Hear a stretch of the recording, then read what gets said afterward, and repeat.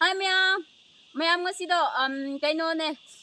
kadai da sakradi asido khangina ko nokhaisu nga phabane ko singda aikhoi gi lomda nga krip karmaina phabra habdo yengse ba aikhoi gi log gumbadu ko dum mafam su aina phajana marak utke ba ko duga mafam yorga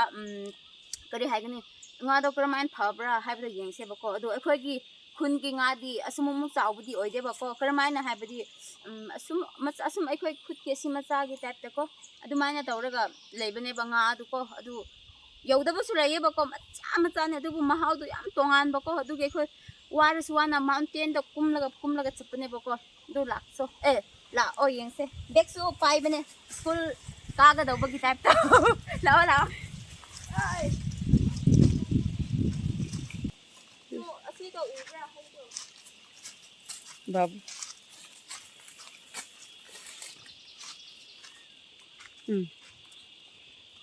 hek pangamde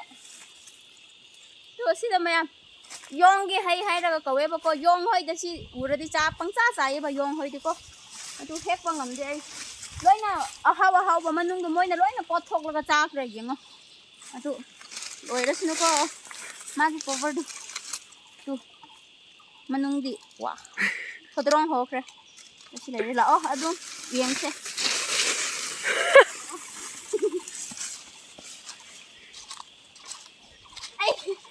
mai ki bag tu kramai na school ka ba ki type tha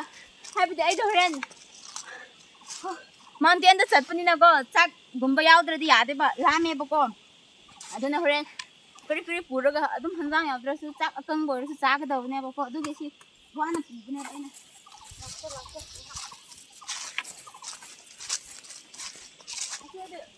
akaina yum ni decoration gi damak yam phasai ko asi sai tu yam nai khra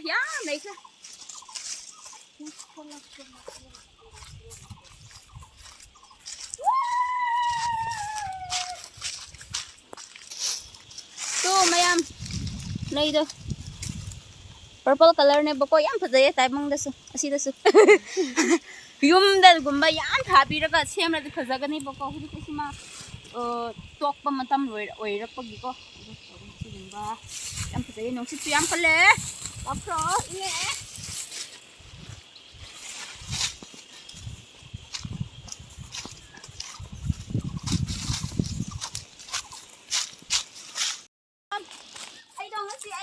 marup amaga aiga aigi aikhoi puai nupi ne ba ko ai pagi imagi manau nupa ko magi manupi ne ba kono wala layas na ni gados na mela lingsi maya masi do lingsi ka we ba makok su yam phaja hale ba ko su ba aduga asida khogdok laga aikhoi gi kri sana gumba lei ko nu hoi khia so fi sana gi daw ya ni ma adu phi thai ngai ge khoi ipu hoi ima ho ima de hanu ibok hoi gi ko matam da si shu phi gumba shuna ba saraf tu asida moi da si use da we ba ko aduga kari sana hoi ko akhoi nupi hoi gi sana hoi asum sana hoi su kri color phajadraba hoi do adu su sina langhan ba yaye ko yaye ba yam phaba pot ne ba si do ko yam harawe si su ai gi pipi na khulam me ba asida taram bagi ko udo gadai lei khobra khamdara aju si taram bagi phachakre lingsi ka we khoida na khoida kri hai bra khang ko lakho lisi asi ai gi dekhe hakke to mayam huji ki ugi hai du gi udu yam phajaye lingsi ka we ba ko yam ka na ba po ni da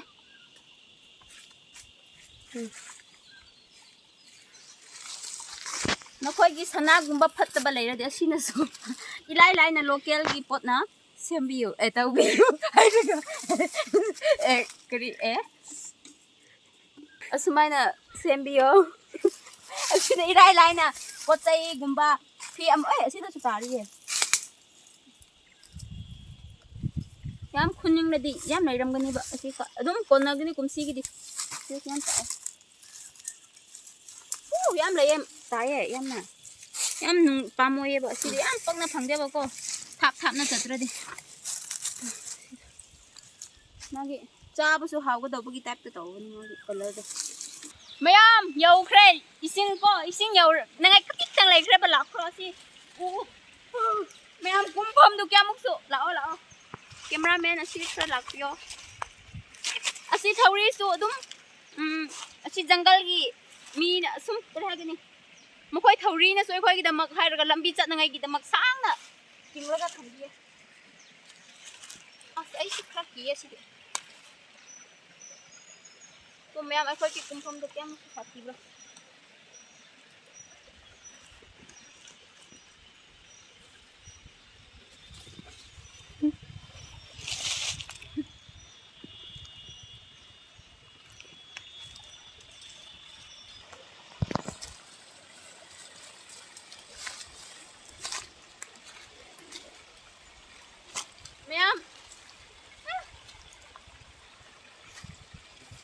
กูมามิตรไปบะกังชินตะบะกังมาเจ้าย่าไปยังบอกพ่อดูดิกูมาย่าเหมียวเร่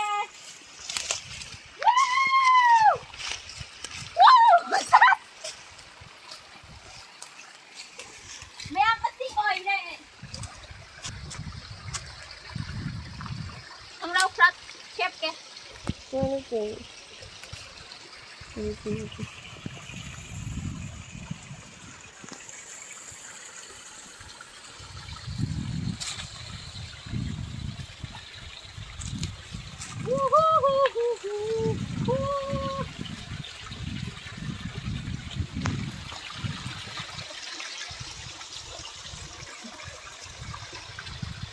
เดี๋ยวหลักกันเนาะ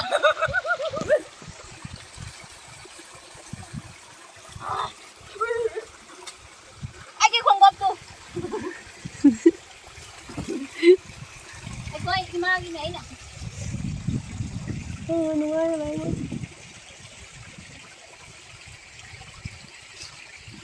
คุณที่ใกล้ค่อยกว่ากินปีตรงไหนเจ็บปะก้อนสิลุงนะพ่อแล้วกันไงมินาเซมายามไงเจ็บปะตัวก็มาหลักไปแล้วถ้าปะคนตันหัวเก็บปะก้อนมาใส่วารัมเราไปสู้จิกิอีสิงมาคนตาเลยอิงไปสู้ปะน้องสิชิยามละไอ้กี่โมเร่คงคุกตัวเนี่ยปะโมเร่ละกันไอ้สู้ของอันนี้ของไหน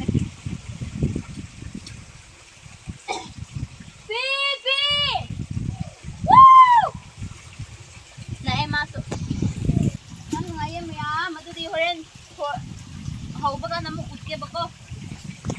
mẹ muốn thích cho ngã đó thì bác hồi cái bác cô, thích cái nó tàu hay bác khơi súp phi na, xin mà sao rồi na tàu xe hay đó xin mà sai, anh uất bác xin mà tàu bự, mà phàm đi pule bác, pula su, xin na khra left lom tak khi bên bác cô, xin xin mà phàm đó xin na, đó là xin đó na,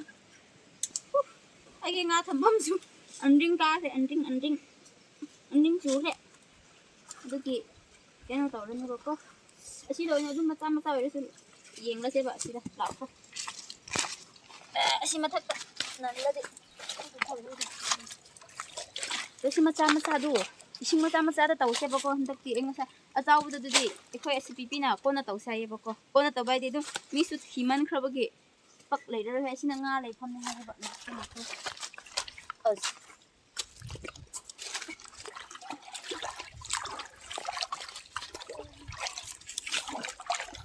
yam na yaw bio.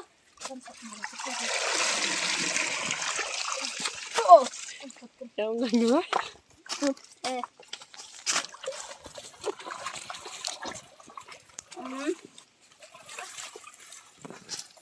Tôi trên kre. Na cô na pi lo phok kige.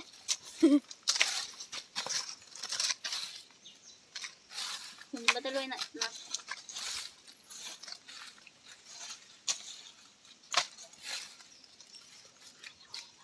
Tu mẹ cái mà mình có ra chỉ đó bronze tu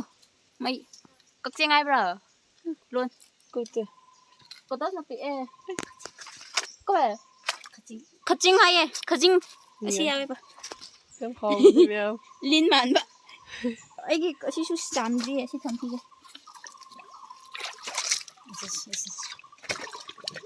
tu mẹ xí quay lom kia ngã tu xem anh pick bờ ôi bờ cô tu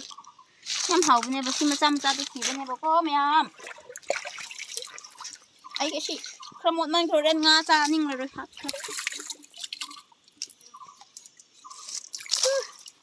ꯑꯗꯨꯝ ꯂꯩꯕꯅꯤ ꯀꯔꯤꯁꯨ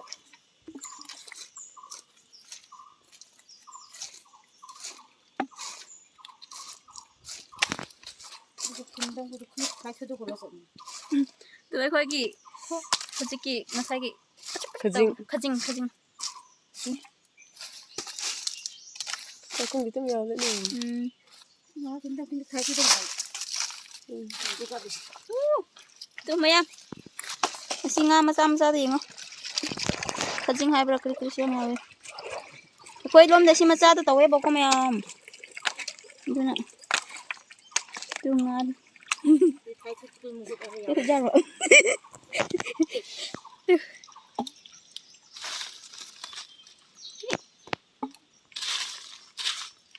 mustam halu man na ta ta mandi ne ka dok la si ani asas ko ta na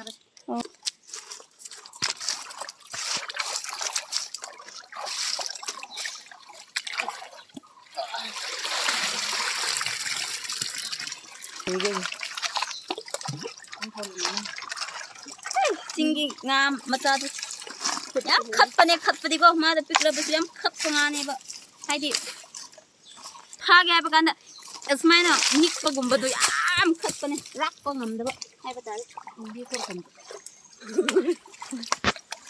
또 나쁜이만 나 우니.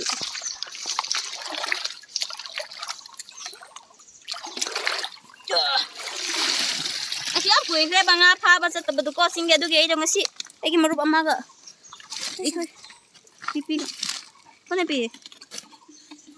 ta hai nang ko pe ji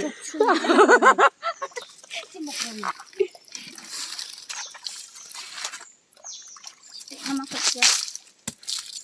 nam cameraman doi na pha ra ga tham is ma du ga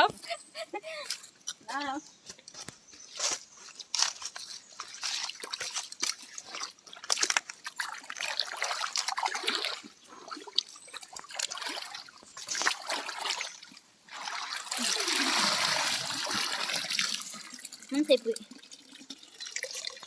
mayam chau bu du si lom ai khoi lom de si gum ba da chau re ba ko si de ri maming de ai su su na khang dre da ai gi khang bdi nga khak ta oi adu ga lu tang bai ra ga ma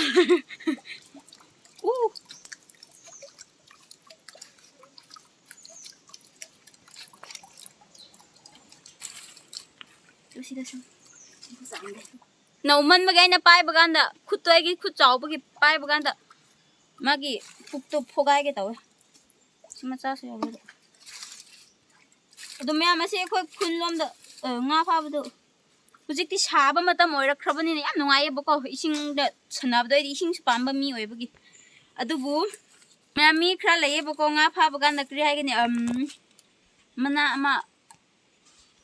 loi na mak pathan ba masa ma lai ba ko du chuna da ba hoi da lai ba mi sing da du bera yam ka bane he du khoi ai budi kri su taw budi taw de ba ko hojik matam budi du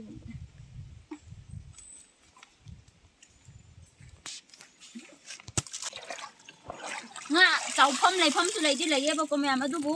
adu se ma pham yam thap ba ko adu ge khoi de dum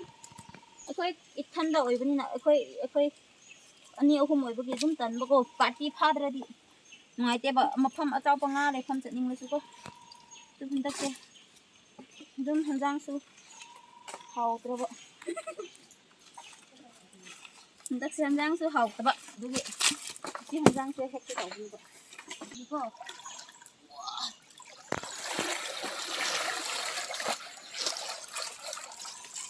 yam kya ga muk yaw bra yin se mayam tu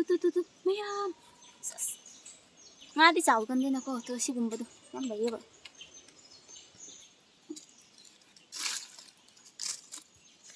걱정 없, 커진 것도 오예 그 큰도 오늘 그 커진 거고 땀 하고는 마음 넣으셔도 트라이 넣는 거지 나오시다 누가 이 우비게 또나 맞아 몰라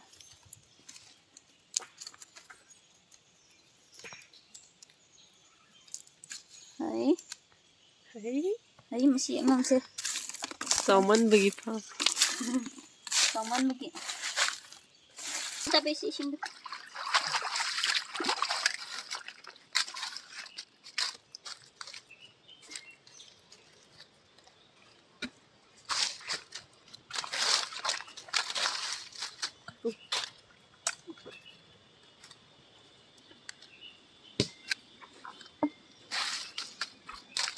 nga color kada chakre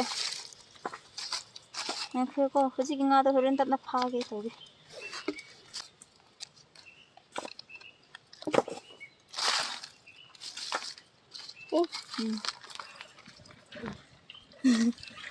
to mayam nga color da fajadra sa do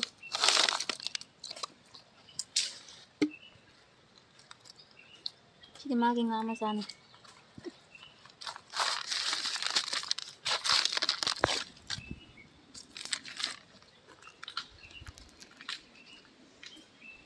Taking chocolate.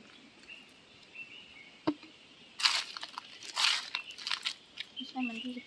Nalat na bes na.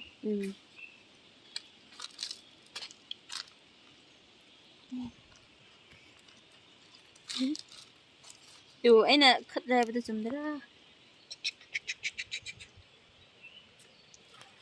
Sakti nga ile. Ay, maya.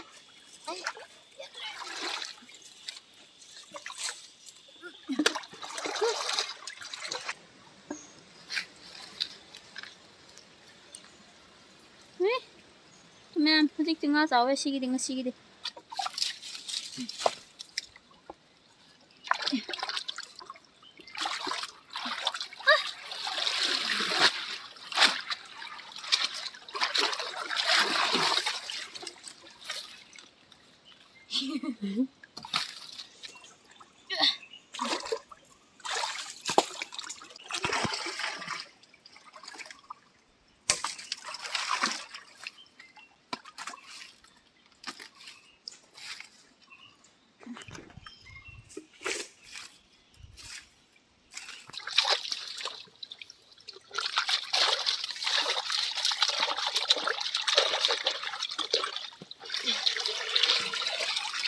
Na, kuri obo.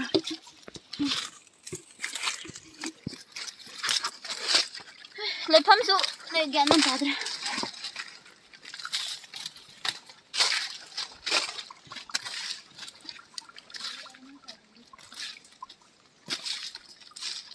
Ma'am. Tu. Over.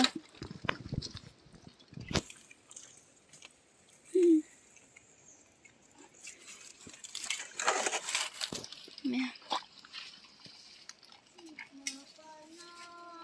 Yang hao bune mo ko ma'am asido. Hayang. Har yaw da banga. Tu ya.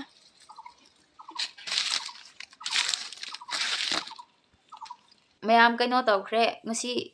lok chatpagi video do kaino tawre last ki aina last ki nambado yawramdre bako aduna mayam da aina kri sengdok pa ko habdi namba kanda mang adum yawramdre ba aina wana namlamlaga yum halakpa kanda leiramdre ba yawramdre ba adugi wakhan su yam nungaitre adu orasnu ko adu mayam da haining ba khoina de aina di lok chatlaga chagumba chagi tawbne ba ko adu su loina mak mangkhre wakhan su khradi nungaite ba adu orasnu aduna aina su mayam da uding ba ko adu lok chatpagi style gumba do adu oyeba aduna adum aina sida last ki do yawdra so sida dum haikrage heraga aina su asida haikrabane ba ko aduna mayamna su saugunu adum ꯑꯩꯈꯣꯏꯅ ꯀꯔꯝꯍꯥꯏꯅ ꯉꯥ ꯐꯥꯕ꯭ꯔꯥ ꯍꯥꯏꯕꯗꯣ ꯑꯗꯨꯝ ꯌꯦꯡꯕꯤꯈ꯭ꯔꯣꯕꯀꯣ ꯑꯗꯨ ꯑꯣꯏꯔ ꯌꯦꯡꯈ꯭ꯔꯣ ꯑꯗꯨꯅ ꯑꯗꯨꯃꯥꯏꯅ ꯑꯣꯏꯔꯁꯦ ꯑꯗꯨꯅ ꯃꯊꯪꯒꯤ ꯚꯤꯗꯤꯑꯣꯗ ꯑꯃꯨꯛ ꯊꯦꯡꯅꯁꯦꯕꯀꯣ ꯃꯌꯥꯝ